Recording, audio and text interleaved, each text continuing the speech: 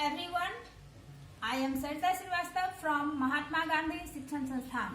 Now I am going to teach Standard 5th Hindi Vyakaran. Welcome to Mahatma Gandhi शिक्षण संस्थान YouTube channel. बच्चों, मैं आपको संज्ञा का विकार, पिछले वीडियो से मैंने आपको दो इसके भाग पढ़ा चुकी हूँ संज्ञा के विकार के रूप में, जिसमें मैंने आपको पढ़ाया था लिंग, पुल्लिंग और स्त्रीलिंग को बताया था। इसी संज्ञा के विकार के अंतर्गत संज्ञा के विकार तीन कारणों से होते हैं। संज्ञा में विकार उत्पन्न होते हैं, परिवर्तन आते हैं तीन कारणों से, लिंग, वचन और कारक। तो आज हम उन्हीं कारणों में से एक कारण जो संज्ञा के विकार का है कारक, आज हम कारक को पढ़ेंगे। आइए देखते हैं इस तरह से। बच्चों, संज्ञा के विकार के अंतर्गत तीन कारण आए थे, लिंग, वचन और कारक। तो लिंग तो मैं पढ़ा चुकी हूँ, आज मैं कारक आपको समझाने जा रही हूँ। तो देखिए, कारक को अंग्रेजी में केस कहते हैं। अब कुछ मैंने यहाँ पर वाक्य बनाए हैं, ध्यान पूर्वक आप इसे देखिए। राम जंगल बुक फिल्म देखी। दूसरा है राम ने मम्मी बताया। तीसरा, अक्षत फिल्म देखने कार गया। उसने फिल्म देखने टिकट खरीदा। वह टिकट घर हॉल में गया। मोगली जानवरों का दोस्त है।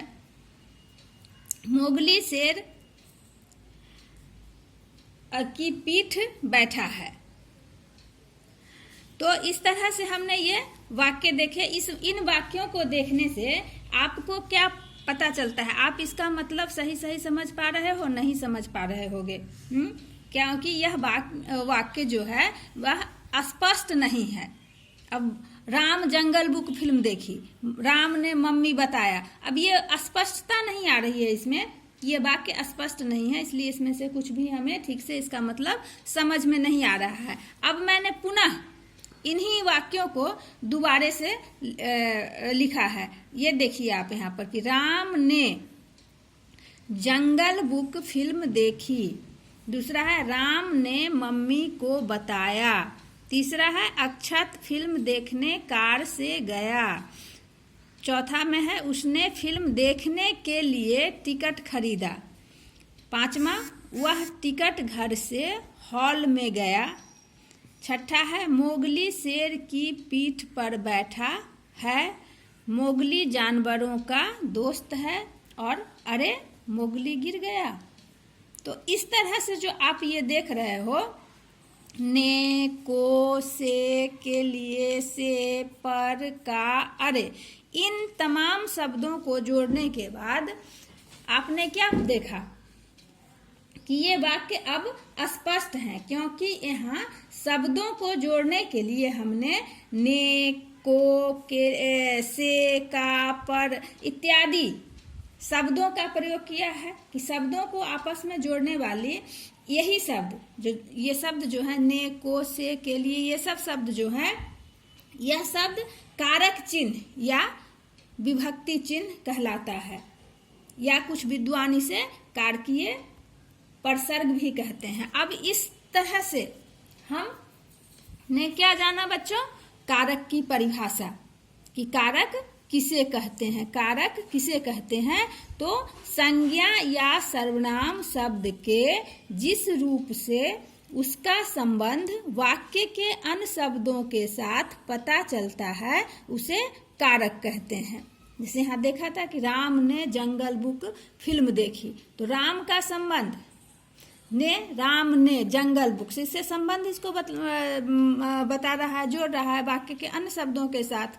तो ये यहाँ पर को है, मम्मी को, राम ने मम्मी को, तो ये को शब्द इसके वाक्य को आपस में अन्य शब्दों के साथ जोड़ रहा है। तो यह शब्द जो है वह कारक कहलाता है। अब बच्चों, कारक के भेद और कारक चिन्ह। तो कारक के 8 भेद होते हैं बच्चों। कारक के कितने भेद होते हैं? कारक के 8 भेद होते हैं। कौन कौन से होते हैं बच्चों? यहाँ कारक, और इधर हमने इसके कारक चिन्ह लिखे हैं, इसको विभक्ति चिन्ह भी कहते हैं। कर्ता, कर्ता ने कारक पहले होता है कर्ता, कर्म, करण, संप्रदान, आपादान, संबंध, अधिकरण, संबोधन। अब इन्हीं कारकों के लिए किन किन कारक चिन्हों का प्रयोग किया जाता है ये देखो। कर्ता के लिए ने विभक्ति होता है, कर्म के लिए को विभक्ति, करण के लिए से, के साथ, के द्वारा विभक्ति का प्रयोग होता है, संप्रदान के लिए को, यह को जो है, यहाँ भी को है, कर्म में भी को है और ये संप्रदान में भी को है, लेकिन यह को जो है कुछ देने के भाव में से हम इसका प्रयोग करते हैं। जैसे वाक्य अगर बनाते हो कि राम ने एक खिलौना श्याम को दिया, तो यहाँ देने का भाव हुआ। अब है आपादान, आपादान के लिए से विभक्ति का प्रयोग होता है। अब देखो करण में भी से है, यहाँ भी आपादान, लेकिन ये से जोड़ने के लिए होता है आपस में, और ये से किसी वस्तु को अलग करने के लिए होता है। जैसे पेड़ से पत्ते गिरते हैं तो पेड़ से पत्ता अलग हो रहा है, तो ये से अलग होने के भाव से। अब है संबंध, कारक का विभक्ति चिन्ह है का, के, की, अधिकरण का विभक्ति चिन्ह है में, पर, और संबोधन का विभक्ति चिन्ह होता है हे, अरे। यहाँ पर विस्मयादि बोधक चिन्ह का प्रयोग होता है बच्चों, ये हमेशा आप ध्यान रखोगे। तो इस तरह से आपने देखा कि कारक 8 होते हैं, कर्ता, कर्म, करण, संप्रदान, आपादान, संबंध, अधिकरण, संबोधन, और इसके विभक्ति चिन्ह होते हैं कर्ता ने कर्म को, करण से, संप्रदान के लिए को, आपादान से, संबंध का, के, की, अधिकरण में, पर, और संबोधन हे, अरे। अब बच्चों आपको एक चीज और ध्यान देना है कि कारक के प्रयोग से संज्ञा, सर्वनाम, विशेषण तथा वाक्य का रूप भी बदल जाता है। जैसे एक देखिए, मैंने एक वाक्य बनाया है कि वह काला लड़का खाना खा रहा है। यहाँ पर ये वह जो है सर्वनाम है, ये काला है विशेषण है, लड़का है संज्ञा है, तो ये 3 यहाँ पर था। अब हम इसमें कारक का प्रयोग, दूसरे वाक्य में कारक चिन्ह का प्रयोग किए हैं, तो ये इसका देखिए रूप कैसे बदल गया, वह से उस हो गया। यहाँ पर यह भी आपको सर्वनाम है, तो वह यहाँ वह सर्वनाम था, यहाँ पर उस हो गया इसका बहुवचन के रूप में। यहाँ पर काला विशेषण एक वचन में था, यहाँ काले हो गया। यहाँ लड़का संज्ञा एक वचन में था, यहाँ लड़के बहुवचन में हो गया। तो इस तरह से आपने देखा कि विभक्ति चिन्ह लगाने से के प्रयोग करने से, कारक चिन्हों का प्रयोग करने से संज्ञा, सर्वनाम, विशेषण में का रूप भी बदल जाता है, साथ साथ वाक्य का भी रूप बदल जाता है। जैसे यहाँ काला, वह काला लड़का खाना खा रहा था, यहाँ क्रिया भी हमेशा लगातार हो रही है, और इसमें है कि उस काले लड़के ने खाना खा लिया, यानी कि यहाँ पर क्रिया का समापन हो जा रहा है। धन्यवाद।